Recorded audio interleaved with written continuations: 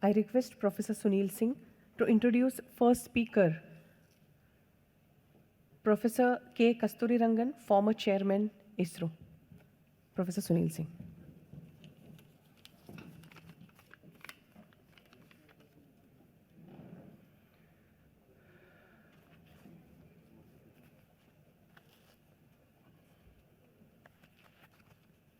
Good morning, everybody. It gives me immense pleasure to introduce one of our great senior at Physical Research Laboratory, Professor Krishna Swami Kasturirangan. Professor Krishna Swami Kasturirangan is a well-known Indian space scientist who headed the Indian Space Research Organization from 1994 to 2003. He is presently Chancellor of Central University of Rajasthan and NIIT University. He is the former Chancellor of Jawaharlal Nehru University and Chairman of Karnataka Knowledge Commission. He is a former member of Rajya Sabha and a former member of Planning Commission of India. He was also the Director of National Institute of Advanced Studies, Bangalore from April 2004 to 2009. He is recipient of many awards, including Shanti Swarup Bhatnagar Award and 3 major civilian awards from Government of India, the Padma Shri, Padma Bhushan and Padma Vibhushan. He has led a space department, our ISRO, from the front, and he is responsible for many of the advancement we see in ISRO regarding the PSLV, cryogenic rockets, different satellites, OceanSat, so many things. I think without taking much time, I will stop here and request Professor Kasturirangan to start his talk. Thank you very much.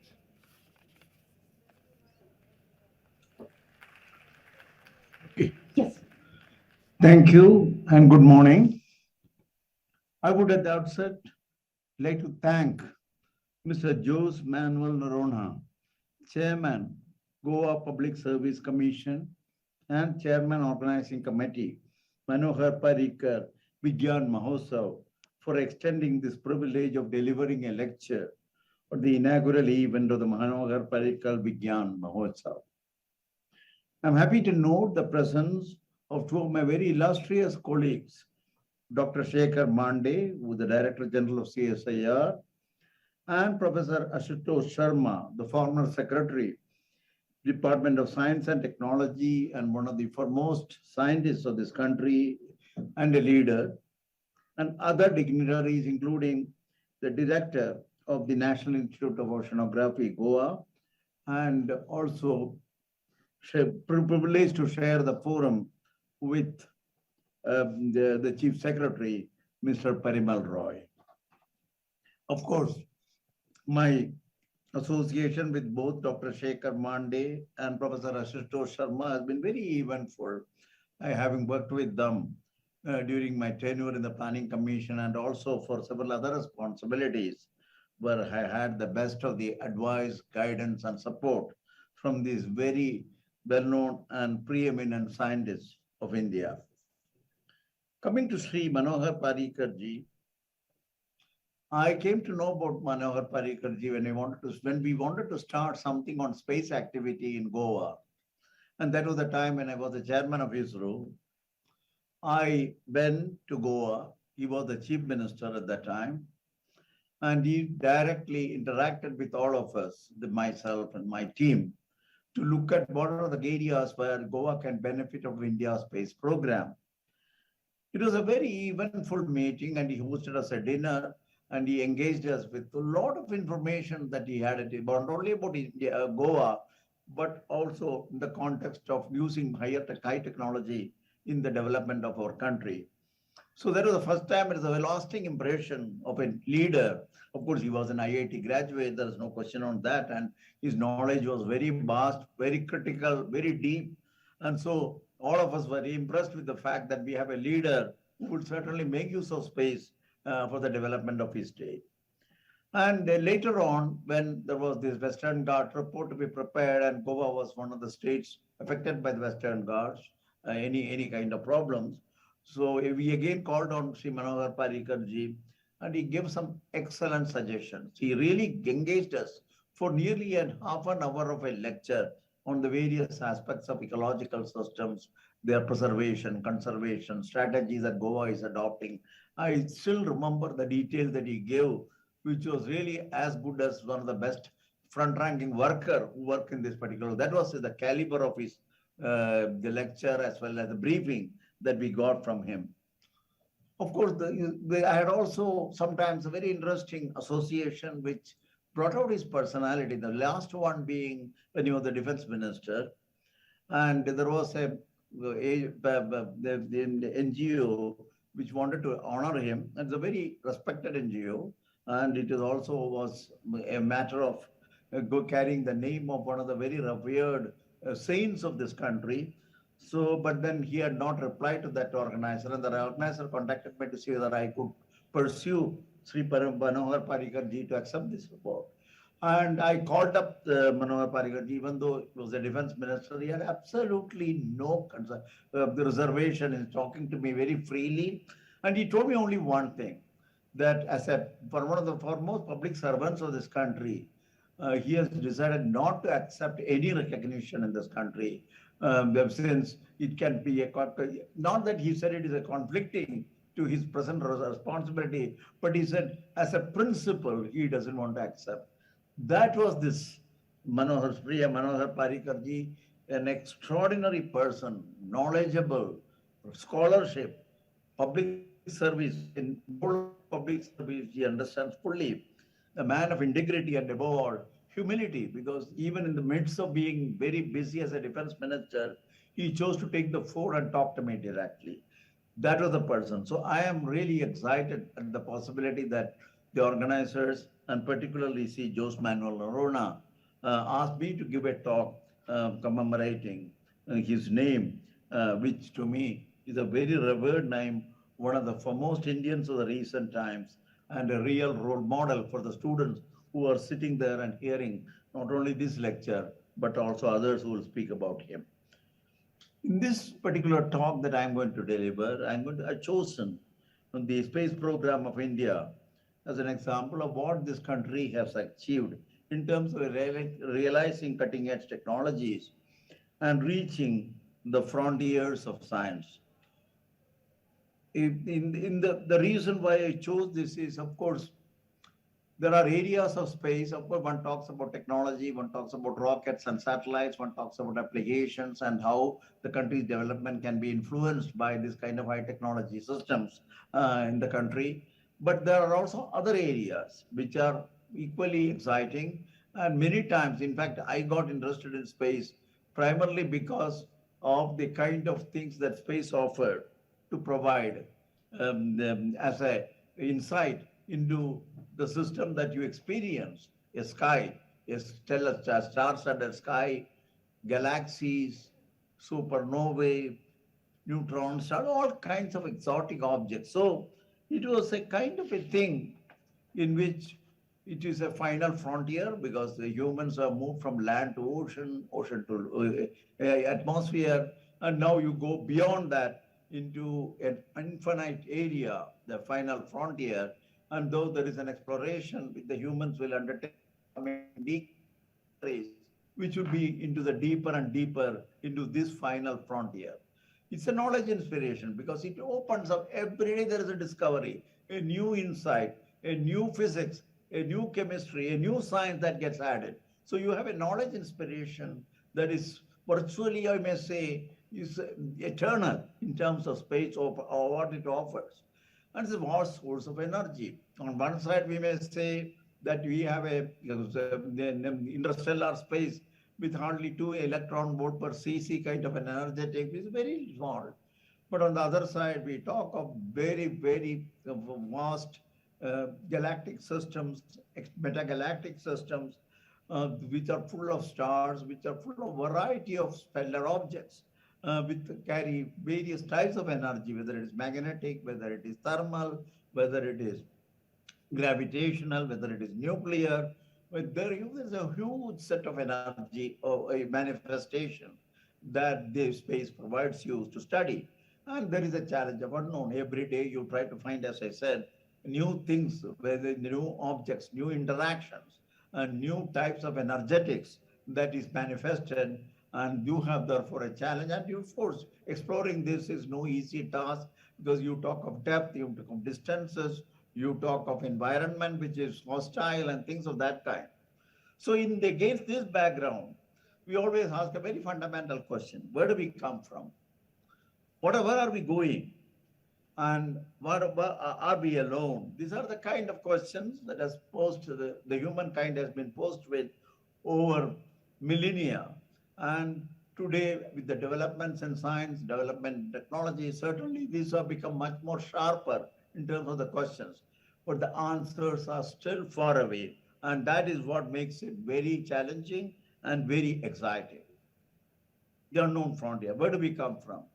We need to have how the universe of stars and planets began and evolved. There is a lot of work that is currently going on, right from the cosmological distances where we talk of looking at the deepest parts of the universe, to stellar systems, to our own solar system, and the solar system consisting of not only the sun, but also the planetary systems, asteroids, comets, and things of that kind.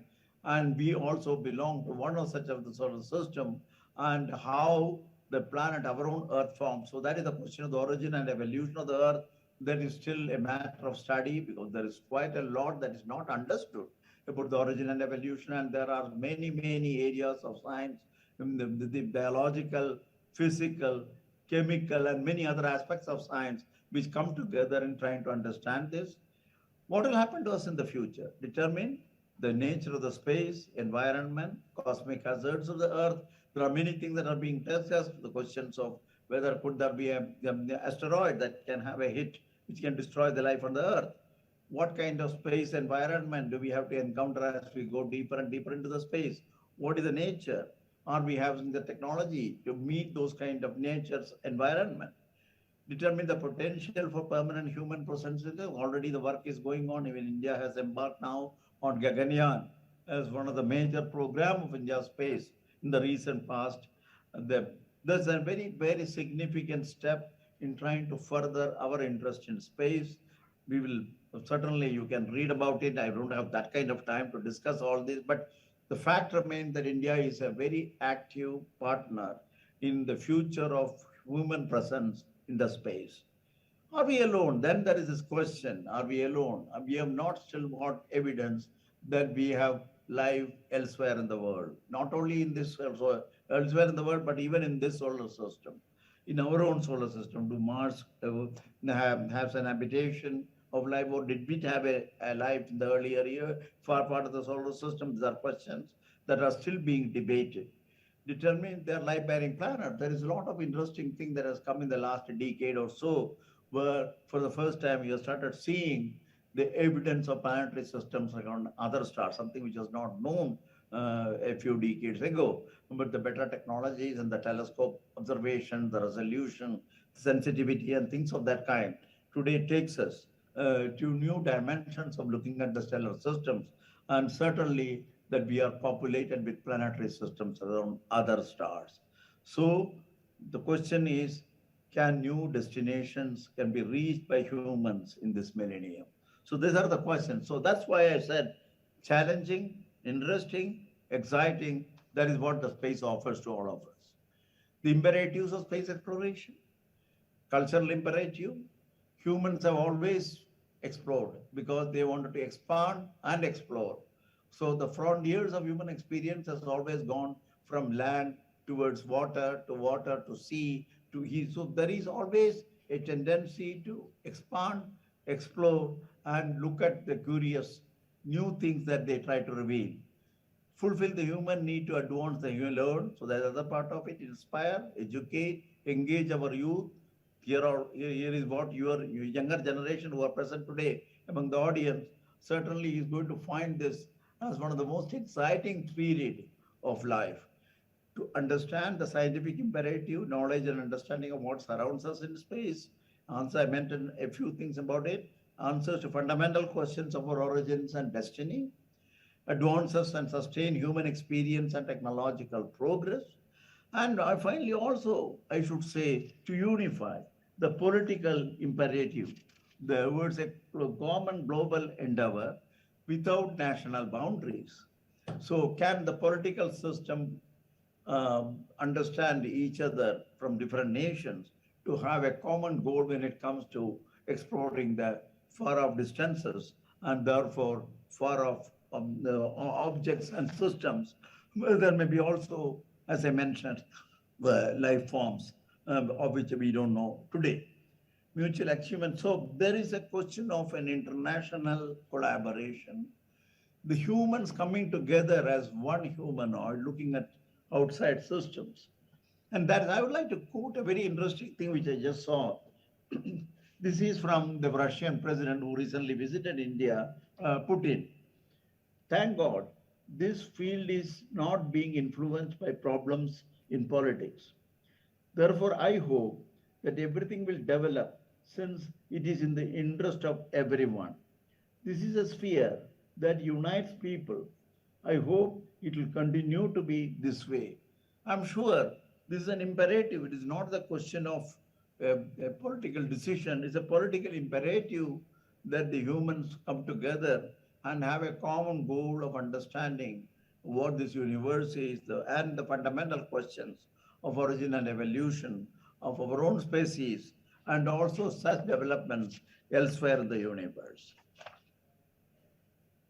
In the last 50 years, virtually this is the kind of period in which the space has grown. 1957, if you take as the launch of the Sputnik, you have the Earth-centric space reality. What has happened? What we have done? We have imaged the Earth extensively with camera system that have been put on the satellite altitudes, 400, 500, 1,000 kilometers. You've got beautiful camera system today which can see the minutest detail of the Earth and thereby giving you precise, timely, and accurate information about the various natural resources as well as the renewable resources. And so that is the kind of a thing. And Earth imaging also has contributed to meteorology and also for natural disasters and things of that kind. So there is a whole host of applications that has emerged out of the space by imaging the Earth's surface and also the surrounding of the Earth. And today that is being used very powerfully in the context of the development of the various nations. Earth communication is another thing. The satellite acts as a tall tower. You can connect between different parts of the world today without the necessity of a terrestrial communication, which is a tremendous improvement in the man's ability to communicate and be connected between different locations. And from the Earth to the nearby exploration, we have done quite a lot in terms of trying to understand the Earth's surface, as I mentioned, then the Earth's atmosphere, then the Earth's ionosphere, that region which is ionized, and then going to the interplanetary medium, and then the sun and the solar system and solar system objects. So one can see that these have been all expanded over the last 50 years to Earth and nearby exploration, communications, and imaging. Of course, there are other areas like navigation and so on. I won't go into the details of that. But there are many, many promising areas which also will open up with further advancements in space. Space exploration itself to polar and geo orbits, to the moon, we have already made, and India has made its forays into lunar exploration. There has been already a landing of moon, of the Apollo missions of US. Now there are more ambitious missions in the 21st century of reaching moon by United States, Russia, Europe, and India has its own plan in this connection, even though a little distant. And then you have the space station. India's first steps have been already taken through Gaganyaan. I'm sure the next step will be to build a space station, which will be owned by this country, and then work as a part of an international cooperation. To Mars is another thing. We have our own spacecraft going again. We will see a little bit about this mission.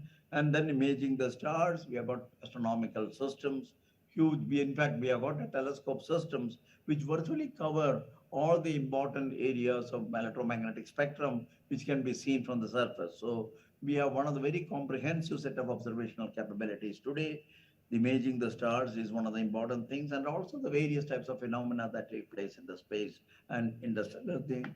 and interstellar probes. Already there are a lot of discussions on what are the kind of systems that will fulfill the required technological challenges of developing interstellar space. Now, having said a little bit about these various broad aspects of the space and the type of excitement that they offer in the coming years and the coming decades and even centuries, let us get back to India's own space endeavor. You know, it was a very unique origin and a vision of one of the pioneers, Dr. Vikram Sarabhai. You see his photograph here. He had envisaged the peaceful uses of space and he saw a lot of potential for a country like India to make use of the vantage point of space. He had an extraordinary realism and pragmatism in trying to see where exactly the space can really support this country's developmental requirement, whether it's Earth observation, communications, and the applications of this in education, healthcare systems, and things of that kind. National development focus, therefore, has been the primary direction for India's space program, and at the same time knowing well that India's space program cannot be held hostage to geopolitical developments. He also considered self-reliance as important. In fact, the current government, Atmanirbhar and things like that, certainly is a expansion, consolidation of the original pioneering idea that Dr. Vikram Sarabhai had.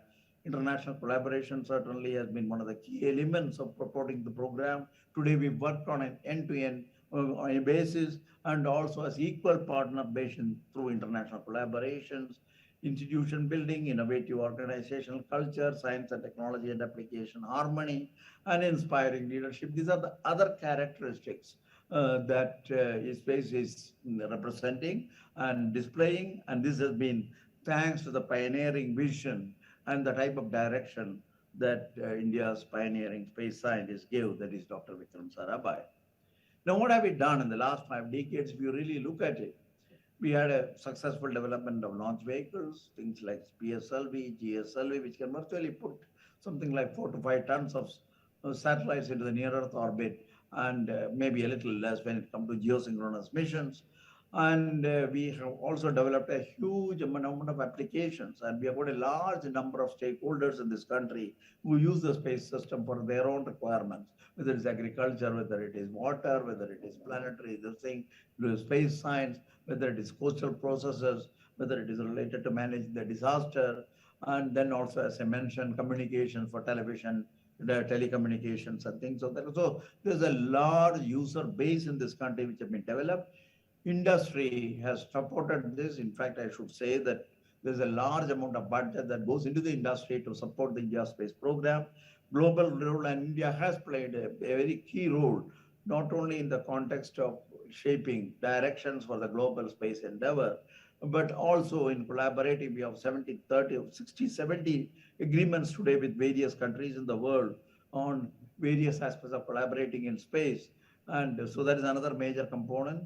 And satellites, of course, in 82 launch missions, we have virtually launched something like 342 foreign launches and 112 Indian satellites. You've got self-reliance, as I mentioned, state-of-art technology. These are key elements which has driven the India space program.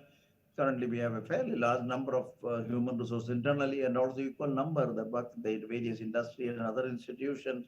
Space commerce has become important. In fact, more recently, the government has taken a decision to make sure that we bring in more private players, more international collaboration in the context of space, expand and consolidate the space activity in the country and get better investments, more investment, and move into other directions of space. So you have already a clear-cut direction for the coming decades with regard to the space commerce and the space program itself.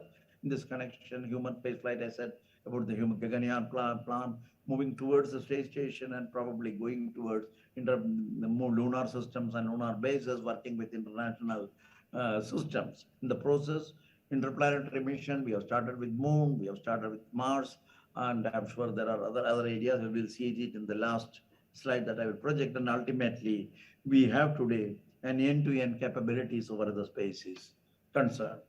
As I mentioned, the 5 major programs which drive the India's space efforts include communication and broadcasting and navigation is one. Remote sensing, imaging the Earth for timely, precise, and accurate information. Communication and broadcasting, as I told you, is not only used for communication, telecommunications, disaster management, navigation, and things of that kind. Space transportation, primarily for our self-reliance and our ability to have an autonomous access to the space. That is the reason why we have developed our own launch vehicle, whether it is PSLV, going to GSLV, GSLV Mark II and Mark III, and also for semi-cryogenic and areas of that. I won't go into the detail, but we are moving towards the more and more heavy lift launch vehicle, which could enable us not only to go for near Earth orbiting missions, but also for future moon missions and planetary missions. Space science, there's a very large body of people who pursue scientific research using the space capabilities of India. This is another kind of a thing. And of course, we have, as I mentioned, we hope that by 2022, we will have the first of the manned flight as per the present plans of the Indian Space Research Organization. I will now go to the more exciting part of the space, which I said, exciting in the sense, this is what kindled the imagination of myself as a youngster, and I'm sure many of the youngsters who are present in this talk would also agree with me. And in fact, this is what Sir C.V. Raman had to say when he was asked what will be his wish if he were born again. He said, if I were to be reborn, I would opt to pursue astronomy. So obviously, what was exciting him was the kind of thing that astronomy offers to kindle our mind. Feynman lectures in physics, you know Feynman, and Feynman said, astronomy is older than physics. In fact, it got physics started by showing the beautiful simplicity of the motion of the stars and planets, the understanding of which was the beginning of physics, laws of gravitation. So you can see here again, another great physicist, another Nobel laureate, Feynman, who talks about physics being driven by astronomy. And the most remarkable discovery in all the astronomy is that stars are made of atoms of the same kind as those. There is a universality about the laws that the physics and that governs the universe. And so the stars are made of atoms of the same kind as those, and that's what Feynman wanted to observe in showing that kind of a universality and universe. So today we see a universe that is believed to be 13.7 billion years old in comparison to our own sun, which is 4.6 billion years old. Gravity is the main force that shaped the universe, Newton's work, and is grounded by the general theory of relativity of Albert Einstein, 1916. The Big Bang universe is not static, that now we know it is expanding, it's accelerating, and it is evolving. And there are the various types of components to this Big Bang outcome, radiation and matter in the form of particles, dust, gas, stars, galaxies, and things of that kind. So you can see the variety that the universe presents and the kind of unifying forces that come into play, and that it is today established on the best estimates based on certain measurements of the black body radiation and things of that kind. And looking at the Planckian distribution of this radiation, one can see there's about 13.7 billion years, and there have been satellites exclusively designed for looking at this Planckian distribution nature of the remnant radiation of the original Big Bang. So that is the one that leads you to something like 13.7 billion years. And within that, our own solar system was born about 4.6 billion years old. I will now go to in a limited time that is available to me. I'll quickly go through some of our own exciting efforts in space. As you know, the Indian space program started by flying rockets into upper atmosphere and ionosphere to understand the dynamics of the upper atmosphere and ionosphere, particularly over the geomagnetic equator, which passes over the southernmost tip of India. You call it Tumba. The location is Tumba, and that's why we established an early rocket launching station, Tumba Equatorial Rocket Launching Station. And since then, of course, we have developed ground-based telescopes which can look at many aspects of astronomical objects from the ground, but they are, as you know, they are very much constrained by the fact that you have an atmosphere. The atmosphere has the effect of blanketing several parts of the overall electromagnetic spectrum, which goes from the highest energy in gamma rays to the longest wavelength in radio waves. And so you can have only specific areas in which you can see things from the ground. You can see radio waves, you can see certain aspects of the infrared, and you can look at the optical region, which is what our eyes are accustomed to. And then there are certain other small portions of the microwave and so on. But if you go to balloon altitude, 30, 40 kilometers, then you start seeing you can look at X-rays and gamma rays and certain aspects of infrared and also certain aspects of it. And then you go down, go up to further to the rocket altitude, you can look at X-rays and you can look at ultraviolet and so on. And then you go to the space, which is devoid of the atmospheric blanketing effect. You can virtually see the totality of the electromagnetic spectrum spanning from the longest wavelengths of radio waves to the highest energies in gamma rays. So that's where the space importance comes into picture, that you can see the universe in its total splendor of covering all the electromagnetic radiation, and therefore the objects, depending on which energetics they follow, depending on whether it is a star in its original initial formation, its middle formation, or somewhere in the middle, like our sun is at 4.6 billion. Or then you go into the further evolution of the sun into red giants, and then explosions, then the neutron stars or white dwarfs. So you see there is an evolution that takes place typically in 10 to 12 billion years. And one can see that the energetics in different parts of this evolution are different in different wavelengths. And therefore, to study comprehensively an object or a set of objects or even a galaxy, you need to have the ability to look at it from different wavelengths. And that is where the importance of the space comes into picture, because not everything can be seen from the ground. And therefore, one has, of course, gone to balloons, one has gone to rockets, but now unimpeded view of the universe is possible today by sending instruments into the space, into domains of space, like 500, 600 kilometers kind of a thing, or even beyond. So that is how it is. And I will not go into the details. Several experiments have been done to look at X-rays, look at gamma rays, look at the atmospheric phenomena, look at the dynamics of the interplanetary medium. So there have been a lot of interesting experiments that India has carried out as a part of its space program. What I would like to say is to pick up a couple of them to show you the kind of direction that we are taking. One is, of course, our ability now to go towards, because of the capability of this rocket like PSLV or GSLV, and our capability to build the spacecrafts which can go traverse the interplanetary medium, initially translunar space, and maybe later on we have already shown it that it can go to Mars and so on. So that kind of a thing, we have started with the Chandrayaan, because the moon is the nearest one. Very interesting problems. In fact, we have still to get the answer regarding what is the origin and evolution of the moon itself. But we do know that after 2 or 2.5 billion years since the formation of the solar system, when the moon was also supposed to have been born, its evolution has stopped. So you are seeing a pristine object. Hardly, it had evolved up to about 2.5 billion years.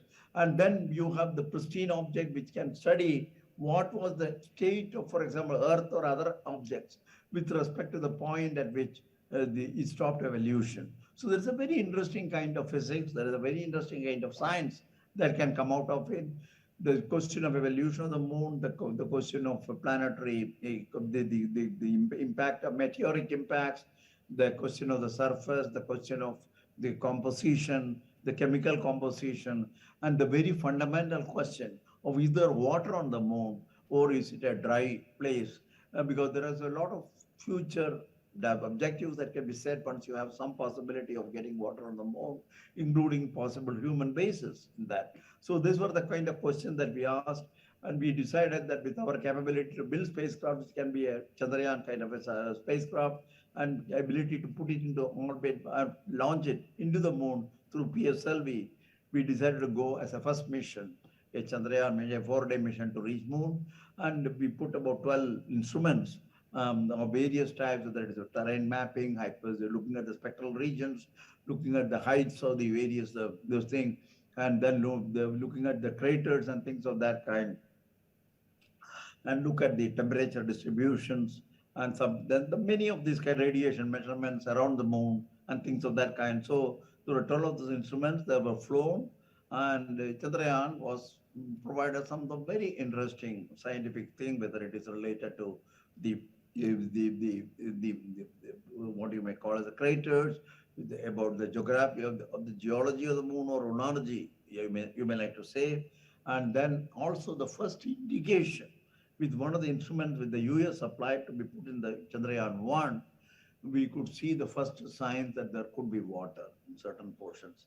So there is one of the very significant discoveries, and I think India's Chandrayaan was the one that ultimately indicated that there is a good positive evidence of water. So we went over to the Chandrayaan-2. In fact, these are the kind of thing that is there, the findings, hydroxyl water molecule on this, and the solar wind, how does it impact the moon, and what kind of residual material radiation comes out of the moon after the solar wind and back, or the signature of calcium and iron on the lunar orbit measured by the solar X-ray monitor. These are all the kind of things. This is just to give an example. And also one can see the beautiful pictures of the kind of terrain that one could see by the lunar probe. And I go to the next other one where we went to the, in fact, one is already proud to note that India was one of the first country to succeed for the first time in putting a spacecraft around the Mars. It has been always a very difficult proposition to send it to something like 400 million kilometers and then put in the right orbit. But that is what India achieved. And of course, it did need tremendous communication system challenges, interplanetary travel of 5 to 6 months, and then the ability of the propulsion systems and other kinds of to work to the high precision, so that you touch not only the Mars, but gets the right velocity to be inserted into the Martian orbit and things of that kind. It also carried scientific instruments like Lyman alpha photometer, Mars color. All this is to look at the surface of the Mars, look at the content of the Mars, the dynamics of the atmosphere of the Mars, the temperature distribution, and many other parameters which will give you an idea, for example, of the Martian weather system. The advantage of understanding another planet and its evolution of weather system is it gives a lot of insight into how do we model our own weather systems over the Earth. So this is a kind of the scaling up and modeling depending on the parameters of one planetary system with respect to the parameters of the other planetary system. So one can do a lot of studies of developing the understanding of the weather systems over the Earth by looking at many aspects of such things by making measurements over Mars. So these are the kind of things that were done. And you can see the atmosphere of the Mars, it gave a lot of interest. Mangalyaan did give interesting Martian dust, atmospheric optical depth, detection of high altitude scattering layers and things of that kind. I won't go into the details of all these, but certainly they are all available in the literature today with respect to the type of things. And one can also look at the volcanic activity and the corresponding, this is the Tharsis Tholos at 9-kilometer height field volcano on the Mars. I go to the third mission. It's an AstroSat. It is one of the best astronomical observatory that anywhere in the world has been built. This is to look at the objects. I mentioned about the multiple wavelengths in which the object's presence itself, and understanding the physics and astronomical characteristics of such objects does need observations in different wavelengths, and that is precisely what the AstroSat, India's launch of this particular observatory, was done. It's an extraordinarily complex system. It carried something like 6 instruments. All were front-ranking instruments capable of producing physics, understanding of the science of various objects and galaxies, which are always in the frontier of our knowledge of astronomy. And so this is where the importance of this kind of this mission came out. It continues to work, even though it was launched in 2015. It continues to work. It continues to produce breakthroughs, several breakthroughs. The more recent ones was one to look at the peculiar ultraviolet galaxy in the early phase of the evolution of the universe, which AstroSat discovered, and which really created quite a bit of sensation in the astronomical community across the world. And just to give you the type of resolution that these instruments have, and these are some of the best in the world today orbiting, in space. I'm just showing here. The one on the right-hand side, left-hand side is the Galaxy, the American Ultraviolet Explorer. And on the right is in India's Astrosat Explorer. It looks at the same object, but you can see the details to which you can see in the ultraviolet galaxy that have been imaged by our Astrosat compared to the same galaxy which was done by a Galaxy. I put the numbers here for the sake of comparison. The galaxy has got a large field of view 1.2 degrees. It has got a resolution of 6 arc seconds. Our own system has got a 2 arc second resolution.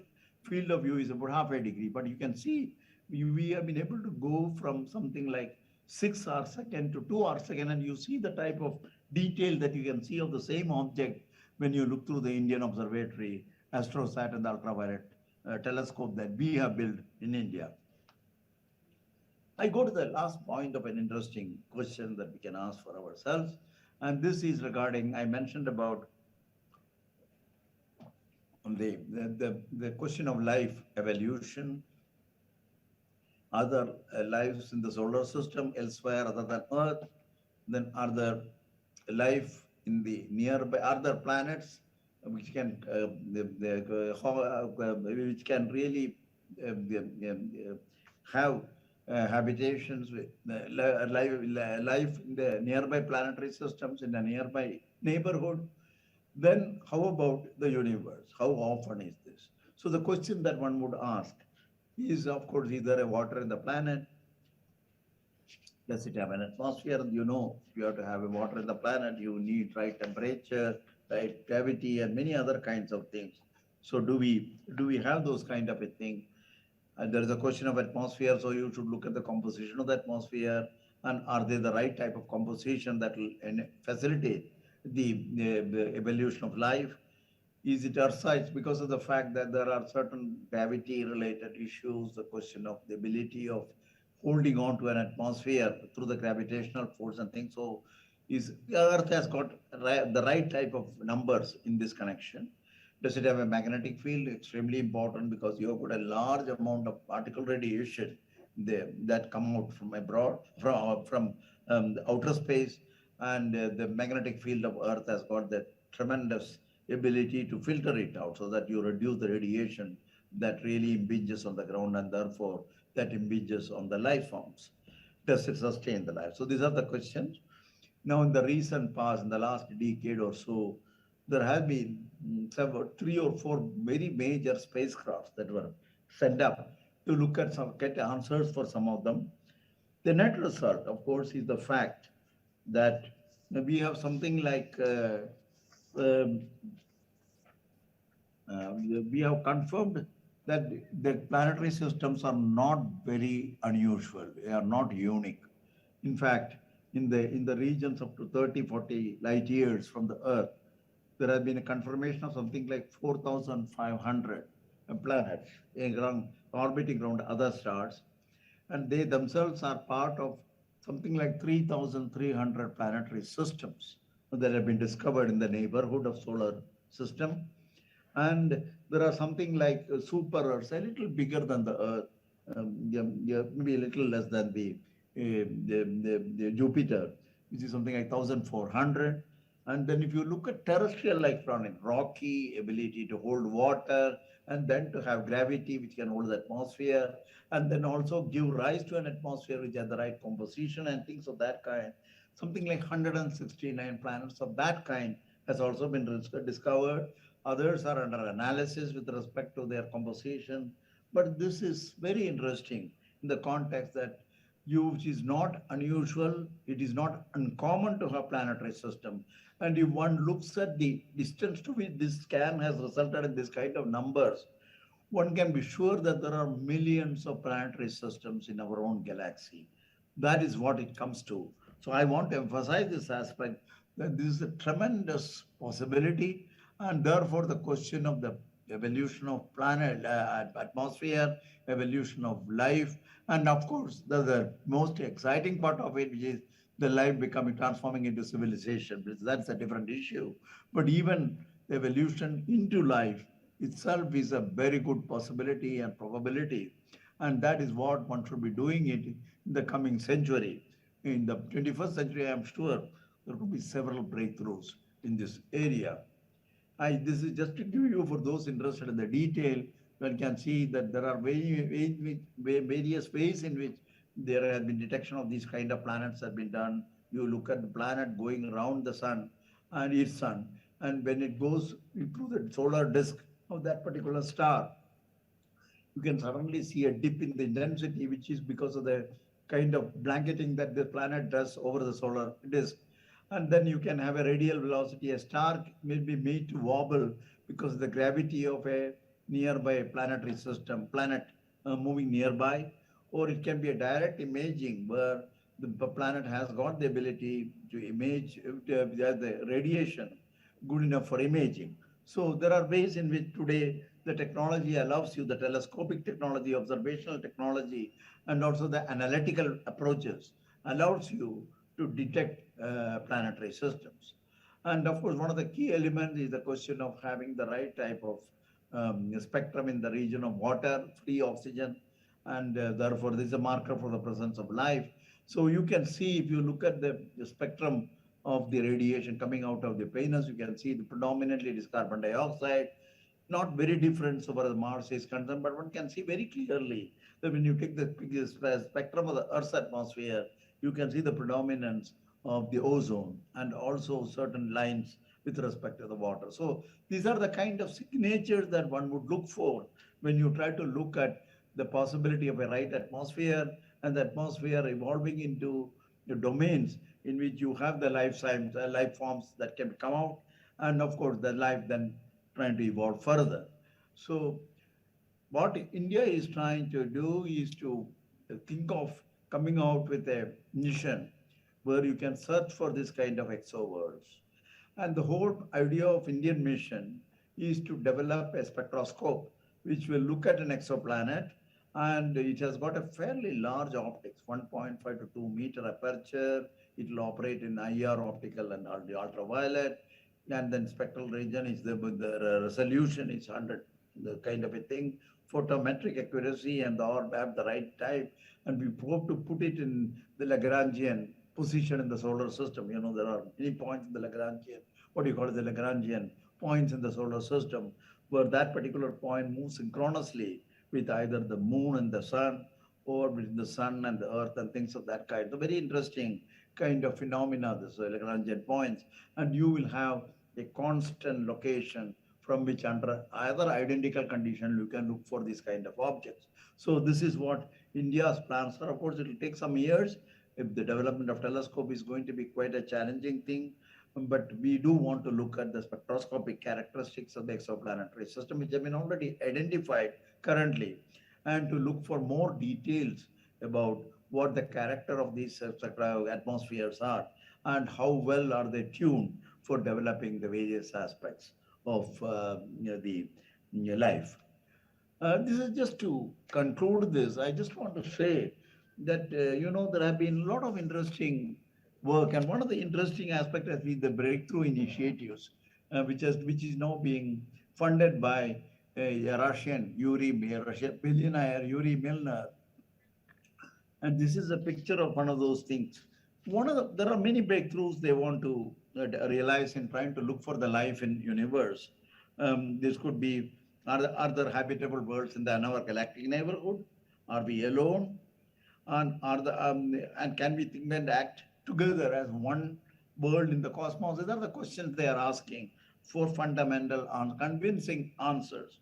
And they are making provision for $100 million for a specific objective, like a breakthrough listen, where you want to listen whether there is any astronomical signatures of an intelligence, evidence of technological civilization.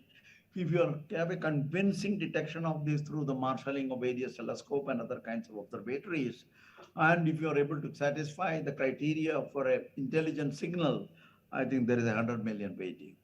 Then part of a breakthrough initiative is a message. Can you create a message which unambiguously sends the presence of us as an intelligent being on the earth? This is another kind of a challenge. Another one is a breakthrough watch, were a multi-million-dollar Earth-based telescope. What has happened is, in the last 4 or 5 years, as you know, at least the nearest star, the Proxima Centauri, which is about 4 light years away from us, has an orbiting Earth-like planet. So the question is, in the nearby regions of Alpha Centauri, it could be maybe 10 to 20 light years, do we have more such kind of a potential locations where there could be an atmosphere and there is a potential location for the life to evolve? And ultimately, a very interesting thing is $100 million research program where you develop research and engineering to develop an ultralight uncrewed space flight which can really realize up to 20% of the speed of light. And in a single generation, this particular craft can have a flyby mission to Alpha Centauri kind of distances. This is another kind of a thing. So what kind of engineering and science will enable you to fly at 20% of the speed of light? It is uncrewed. There's no question of people going, and they have to cover the distance of 4 light years in a matter of 1 generation. Is there a design that is possible? So these are the kind of very interesting challenges that have been thrown by this billionaire. And what I'm showing here is he is teamed with people like Stephen Hawking, and then also Mark Zuckerberg and things of that kind. So you have the kind of people who are betting on this kind of challenges to take the humankind to the next step of exploration of the space. In our own modest way, we are having by 2022, we will have a mission to look at the sun a little more detailed than ever it has been seen. We'll go for a Venus orbiter by 2023. We'll go for a Chandrayaan-3 by 2024. And then we go to the exo world. I mentioned about it just a few minutes back, 2025.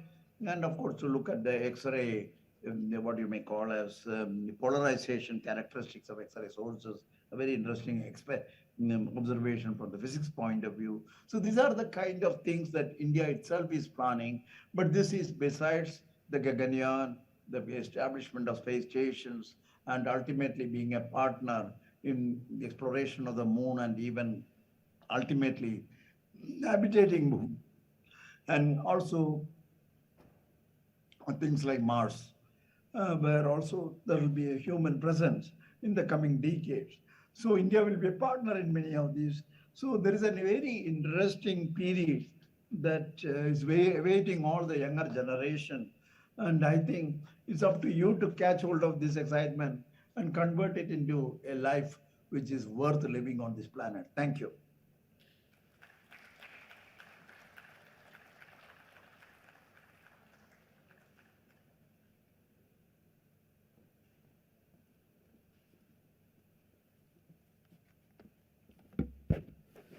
Thank you, sir, for this wonderful lecture.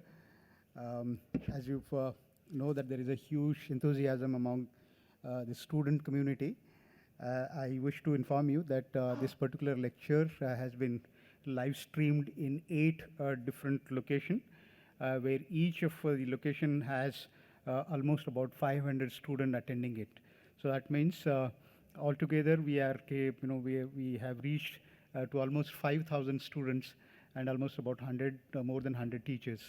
It is wonderful, sir, having you to speak to our student and teaching community and general public at large. I have received, sir, more than 25 questions to be asked to you, but unfortunately we do not have much of a time.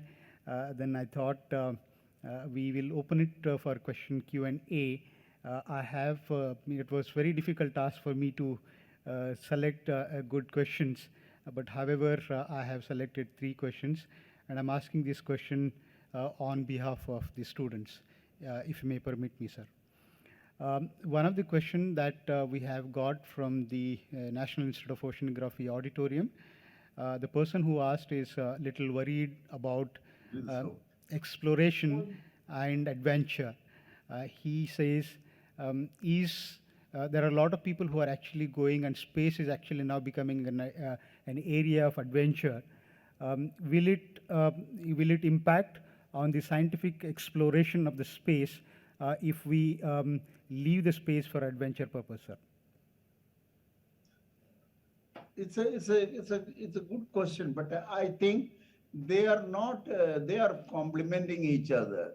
The spirit of adventure has the one that has propelled human beings to go to the space and look at things which are unknown. Even when you put a telescope and look at one of the objects in the space, and it shows some very peculiar behavior in terms of radiation or a sudden bursting, obviously it's an adventure to understand it, to know this. So it is an intellectual adventure. Physical adventure, intellectual adventure, and adventure for the in whatever way you want is all available. So to say that the spirit of exploration and the spirit of understanding things will become lower in priority compared to what one could think of as an adventure like a space tourism or things of that kind is not correct. In fact, this will put youngsters, for example, sitting in the nights of nights in the remote part of Kerala. My whole idea was an adventure where I could go and feel what the outer world looks like and what kind of objects they are and how would it be to be their part of it. So, but to understand this, you need to have answers, and those are the answers that we are seeking for in the science part of it. So I think this will go together, and certainly there will be room for both, and certainly science, exploration, and understanding the universe and our own environment, solar neighborhood, in a better way will all be an integral part of the human destiny in the coming decades and centuries. Thank you. Thank you very much, sir. There's one more question is asked by a student by name Tanisha Fernandez from Satyavati Soiryu Angle Higher Secondary in Kanakona. Her question is, how does space exploration help in advancement of human needs and learning? Well, if you really look at what India has done in the space, and particularly I said about the application, I did not go into the application component of the space in any great detail, except for the fact I mentioned about the use of space for imaging the Earth's surface, which is primarily what you call as a remote sensing. Remote sensing is for looking at the resources, both natural resources and renewable resources. And these are the ones that aid us to have a better management of the otherwise limited resources we have for a large population. This is being done in the case of agriculture, for example, by identifying which is the best place to sow, which is the best place, how to monitor the growth of this type of thing, how do you we have timely interventions for improving the productivity, and then prediction for the productivity, and then how do you do the marketing and do an even way of managing the outcome of this kind of an effort. This just to give you one example. The other aspect, for example, if you look at the hydrogeological map of the ground, it gives you a clue as to where water is available on the ground. And these water allocations are created today by looking at the geological, geomorphological, and hydrological features of the surface. And these features are all taken from a perspective view. And that's where the importance of space imaging comes into picture. Today, it has been a very successful effort to look at the geomorphological and other things, to look at the water and how to see how much of water, groundwater is available in a particular location. Where is it most likely to be tapped? That kind of a thing. Look at the other case of it. Quickly look at the question of a flooding or a drought. You can map them. You can really look at the flow. For example, in the case of flooding, you have the water flow that happens. You look at the various types of the land contours, and these in turn provides you a clue as to how to prevent this kind of situations. So not only immediate attention to ameliorating the problems of, for example, flooding, but also how do you deal with it for the future, and how do you work out strategies for stopping this kind of a flooding systems. These are all today possible because of the timely information and a perspective information and something which you cannot get by conventional means is for. This is just to give you 3 examples how the advantage of a space system goes into the social applications and how the society will benefit out of that. Thank you, sir. One more question that I've got from Siddharth Vinod Desai. He wants to ask, there are already debris of previously launched satellites which could interfere in the path of coming satellite. What is the solution for it? Well, this has been, of course, a concern for all the spacefaring nations. As of now, I should say, even though there are instances where one need to do a navigation of the space objects within the space to make sure that you don't get, for example, when space station often encounters the potential of an object coming and hitting it. So you need to do what you call as a space traffic navigation. This is being done. And this is the one that saves many of the space station related activities. But also there is the question of an increasing number of this kind of objects. And there are many international conventions and regulations that will ensure that we reduce the outcome of a mission which once it has completed its mission, that you either bring the satellite down or try to use the last ounce of fuel in the spacecraft to move it from the critical orbits to orbits where they are less this thing. There are also methods by which they are looking at laser-based destruction of this kind of objects, but there are problems of a larger number of debris being left by any such action. So you need to virtually capture them. Do we have technologies for capturing these kind of objects and bringing it down? Yes, there are some developments that are currently taking place into that part also. On the whole, certainly there are conventions, there are regulations, there are approaches that will enable reduction of this kind of debris coming out of the leftover satellite, the used satellite, or even satellites and vehicles which had failed and also in the process exploded, producing quite a lot of debris. These are all there. The questions of technologies are under development. There is an international committee to look at how do we ameliorate this kind of reduce the impact of this. In fact, I should mention that India chairs this UN body with respect to looking at how do we deal with this. But as of now, they are not very this thing. There are also space traffic management approaches which can be used for bigger systems. But certainly there are technologies that are being developed which in the future will be able to sweep these kind of objects out of the space and then either bring it down or allow it to get into the atmosphere where it will fall down and burn. Thank you, sir. This is the last question that I wish to ask you, sir. This question from Samruddhi Kudalkar from Kankon again. She wants to ask, why can't planet move anti-clockwise? Well, there are what are called as gravitational coupling. For example, you know, the moon shows its face to the earth only on one face. It is because it is exactly, the principle is exactly like when you play shuttlecock. When you beat a shuttle, it always goes to the backside towards the racket, and the front one doesn't go there. Exactly, this is what is called the gravity gradient approaches to dealing with orientation. This is what the basic principle is. It is done in the shuttlecock. It is done with respect to moon, where we see only one face of the moon, and that is where a gravity gradient stabilized approach does with two gravitating bodies. Thank you. Thank you very much, sir. And unfortunately, due to paucity of time, we may not be able to ask many questions. However, if sir permits, I will write a mail to you for directing questions to all these questions to you, sir. I may now request Professor Sunil Singh to formally propose vote of thanks to sir.